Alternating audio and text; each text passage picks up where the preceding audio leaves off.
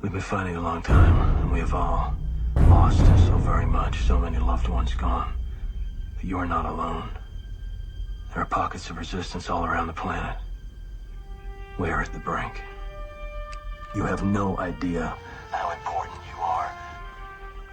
If you're listening to this, you are the resistance.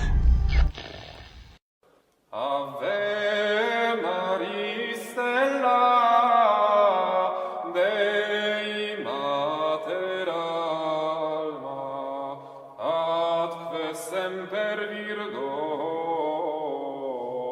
Felix te porta. Hey everybody, Steve with Sense-Fidel. I'm just coming at you with a little, well, I haven't done a podcast like this in quite some time. I was going to do a Jocko one. I just got done listening to a couple of them and I figured, hey, why not turn a little Catholic sense into what he's putting out there. He's great stuff. Follow his stuff. Obviously, his iTunes is pretty popular. He's got some children's books. Extreme Ownership is a book. Pretty much everyone should read. You can really incorporate that into a Catholic sense, especially priests and bishops definitely needed. Especially this time. We need some leaders out there. So you got a lot of news out there, a lot of hypotheticals, a lot of speculatory news going on. It's coming from Rome. You have diocese enacting. You have to show a thing or two to get in with that, so you can basically go into it normally. Lifeside News just came out with an article on like that. We haven't been calling that out. Anybody with 2 working brain cells can see where all this is going. You will have to eventually use that smartphone to get in. Guarantee it. So, what can we do about it? I had another priest friend send another article about something about seminaries, and not because I put on Twitter something about the seminary here where I'm at, not down the street, is fantastic. Led by people you want to be led by. Ran by people you want to run it. The men in there are men. Things are going very well there and in this diocese. And they said, well, what happens if the bishop changes? You know, my dad never taught us to live in what-if land. You know, like, what if this, what if that, what if this, what if, what is it, what and ifs for candy and nuts, we'd all live a little cleaner or something like that. I can't remember the exact line Dad used to say on it, but what ifs never was a thing in our house. We stuck in reality. It was up to you. You want to make the team? Go out and earn it. You want to do this? Go out and work at it. Sure, you might not get in the starting lineup. You might not play a lot. I mean, I worked a ton and didn't get the playing time I wish I had. Brother, on the other hand, did the same thing. Everybody loved him at school. And pretty much everybody probably loves him in real life, too. Yeah, I grew up, I had 2 knee surgeries coming out of high school to, my freshman year at college. And for basketball, so took out 6 months of my year. It was a cyst on both my tendons. I remember my first game back, Dad told me your shot was flat. Okay. A lot of people today, it seems like, would go out and cry in the corner. Motivated me to get better. I was already working. It didn't have to take much to get us motivated. It was easy to get Mike, my brother, and I. Even my sister, she was playing, to get us motivated to do it. One hard to do. So it kind of frustrates me when I see a lot of complaining and things like that out in the airwaves. And it seems we're always on the defensive a lot of times. Secular, ecclesiastical, whatever. So how can we get on the offensive? Plus, well, let me go ahead. Let me Jocko explain what I heard from him today, and tell me what you think. The next one I would say, and I think that the psychological literature would support this statement, be on offense. How can we take my team, which is on the defensive because there's bad weather and we don't want to go out? How do we reverse that?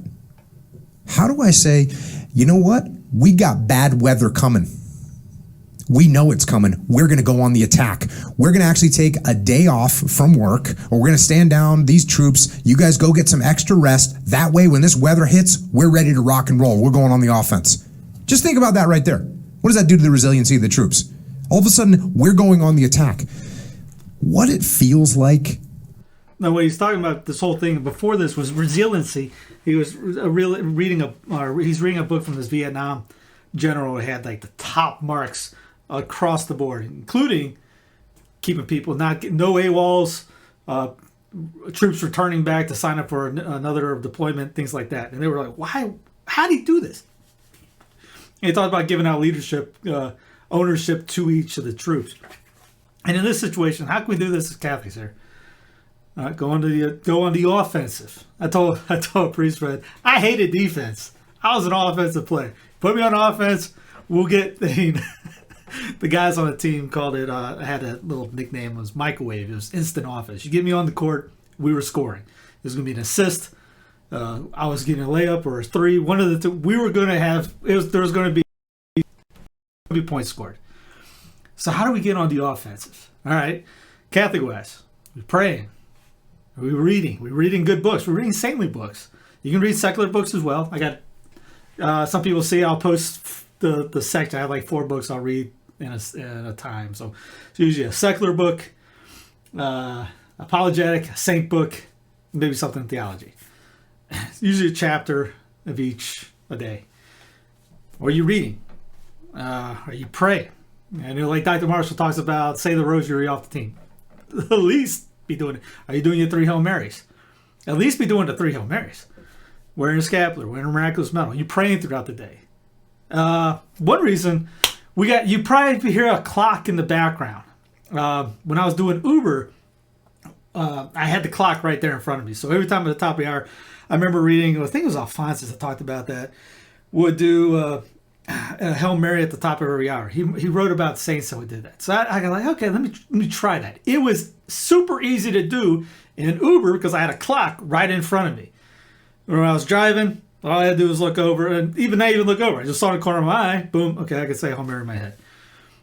Now I don't have that. So thankfully, OfferUp we found a grandfather clock for like, I don't know, $75, $100 or something like that. It's pretty cheap, and it's right outside the door. Well, it was in the other rental. It was on the other side of the wall, but I could hear it every time it went off. The whole thing it plays and the chimes, top of the hour. So that was a thing that I wanted to make sure I went on the offensive to make sure I had that ready for me. What are things that you need to do? Can you put some notes down? What can I do? Get on the offensive. I can't do this because of X. So I almost did that. I get out of Uber. I don't have a clock anymore. Woe is me. I did something about it. All right. So you're reading. You're praying. Are you trying that? You're reading. Reading St. Alphonsus. It'd be great. It'll be great for your life.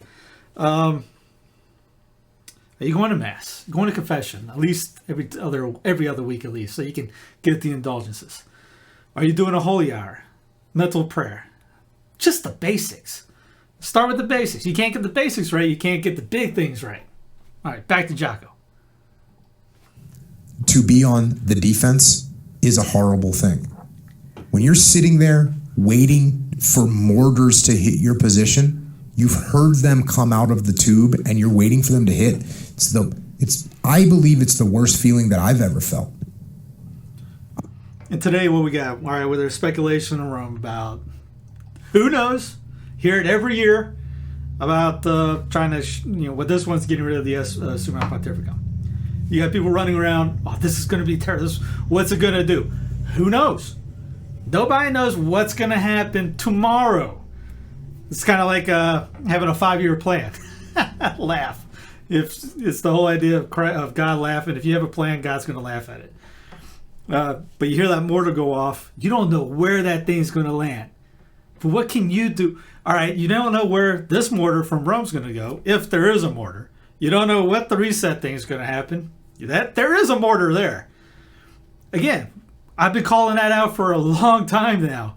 And I've been saying what you can do. And there's many other guys, mostly in the secular world, because mostly the Catholic guys on podcasts ain't touching the topic. Well, if they do touch the topic, it's in their title. They really ain't touching the topic at all. So what can you do about it? You think locally, act locally. They're trying to get rid of meat. If you able to eat meat, okay? What can you do? Think locally. I got a buddy of mine that has a farm in Tryon. He ain't worried about it. They're not going to come over and kill his cow and kill his chickens. There's plenty of guys up the street. They got cows, they got chickens, they got cows. There's a butcher up the road, 25, 30 minutes up the road. We go up there to get the meat. Fantastic stuff. Local guy. Find out where your local butcher guy is. Find out your farmer's market. Go there. Just an idea. It's like they want to make cricket. They're literally trying to have tacos with cicadas in them. Right? Well, don't go there. And two, help others that are trying to help little mom and pops that aren't idiotic.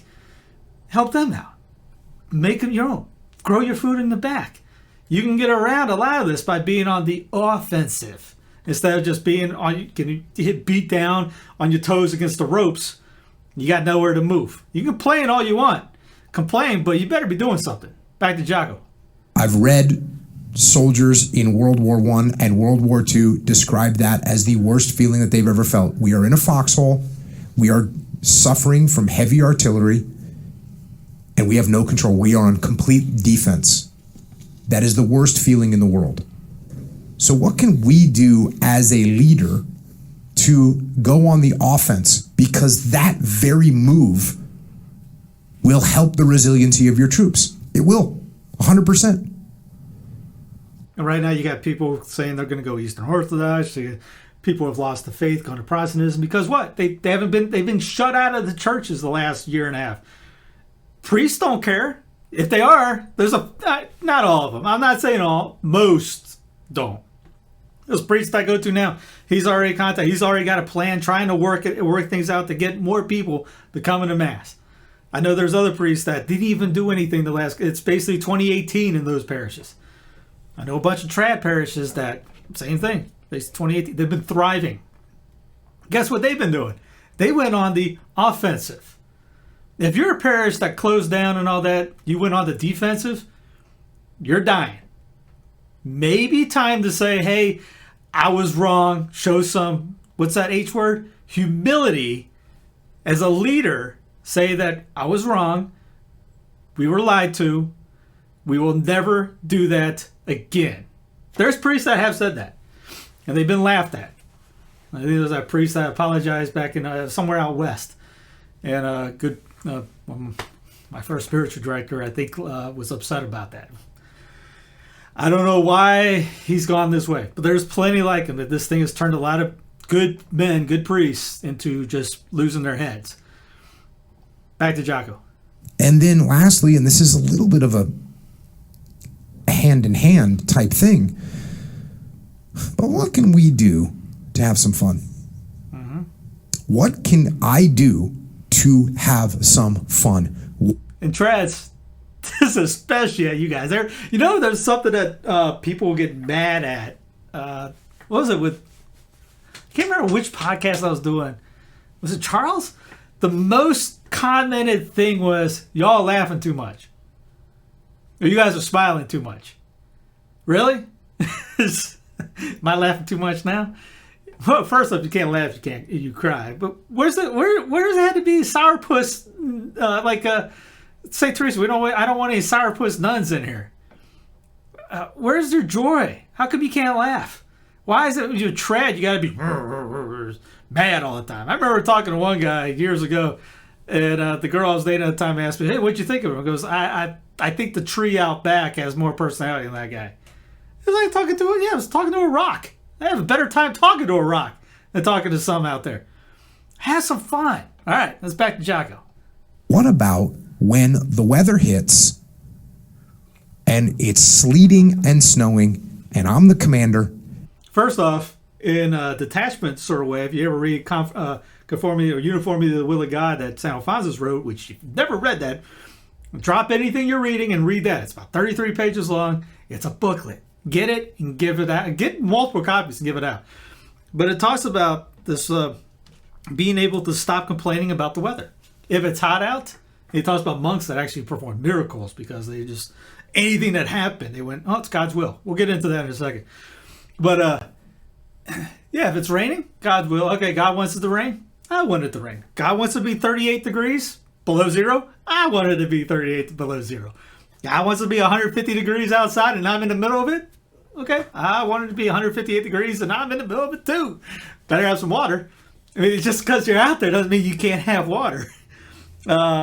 If it's windy, well, God wants it to be windy. I guess I'm supposed to. I want it to be windy too. Whatever the weather is, don't complain. Say, hey, beautiful day out. It is.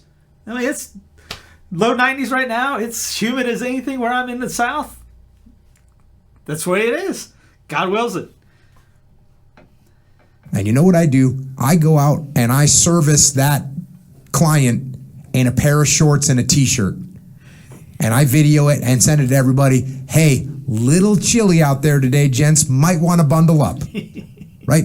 What can I do to bring fun to my organization? Because fun builds resiliency.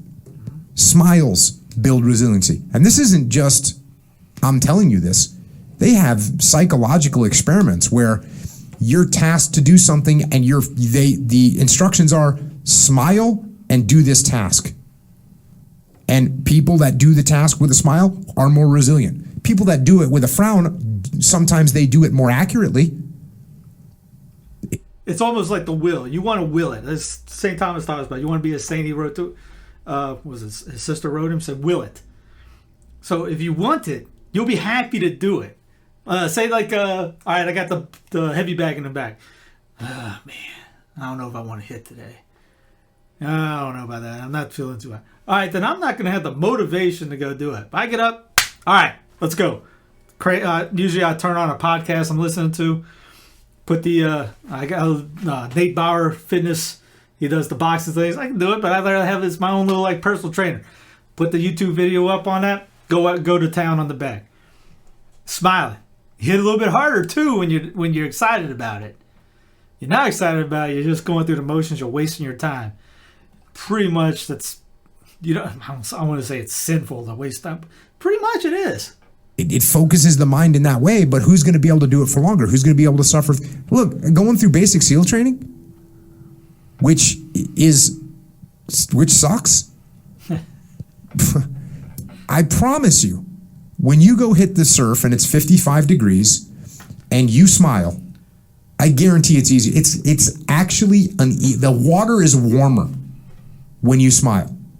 The water is warmer when you're running to the surf and you look at your buddy and you make fun of the instructor that you just sent to the surf and you crack a good joke about it. The water is warming up. We used to do that I remember we had 2 days of basketball, college, JUCO. We had 2 days. You put that jersey on, it's like a light switch. You're ready to go. All right, let's do this drill. Okay, hated it, but we're going to do it.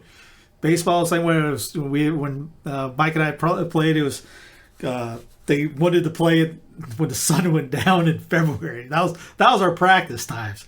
Like cold, we're in shorts and you had a jacket. Still, you find a way. If you didn't want to be there, it got cold. If you wanted to be there, you started sweating. It got hot on you. You started warm up. And that's what we as leaders need to do. You took some notes over there. What up? All right, I'll go over to the latest thing he has.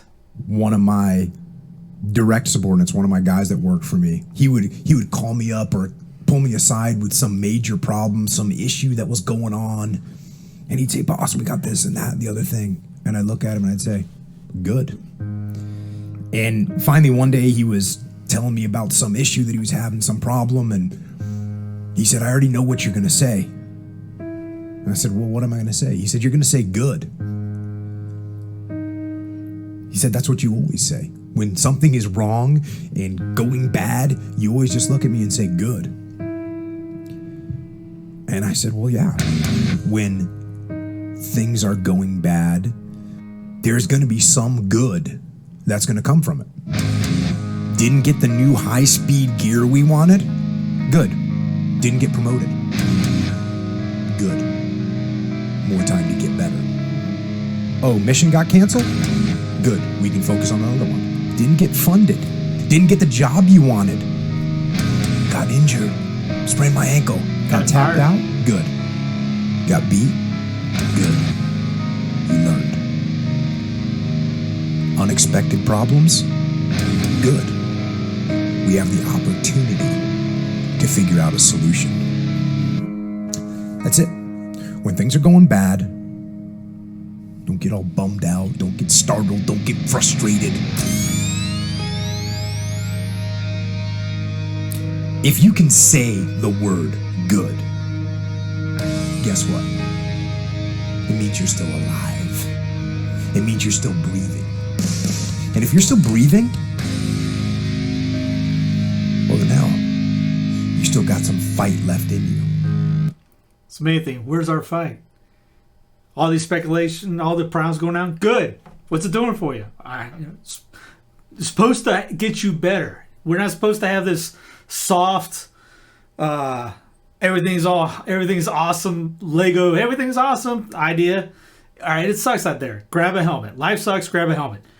What are you saying out there? Oh, you got speculation stuff coming from Rome. More good. What's it going to do for you? How can you be better at it? How can you be better with or without that thing happening? Things going on in, say, Chicago. All right, good. What are you doing about it? Things going where I'm my neck of the woods. Good. I've yet to walk out of the house and go, woe is me. Things that happen in work-related things, good. What's best for the team? So get up, dust off, reload, recalibrate, re-engage, and go out on the attack.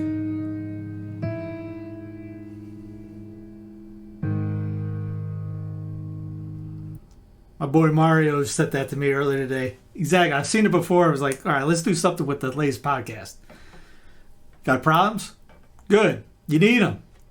It's called crosses. Pick up your cross. Somebody said that once. Take up your cross and follow me. Or was it St. Teresa talked about if the ones that push away across, a heavier one comes over? All right. Got some problems? Good. We need them. Let's get better. Let's go on the offensive. Become holy. Become saints. Yeah, if you listen to this, you are the resistance. God love you.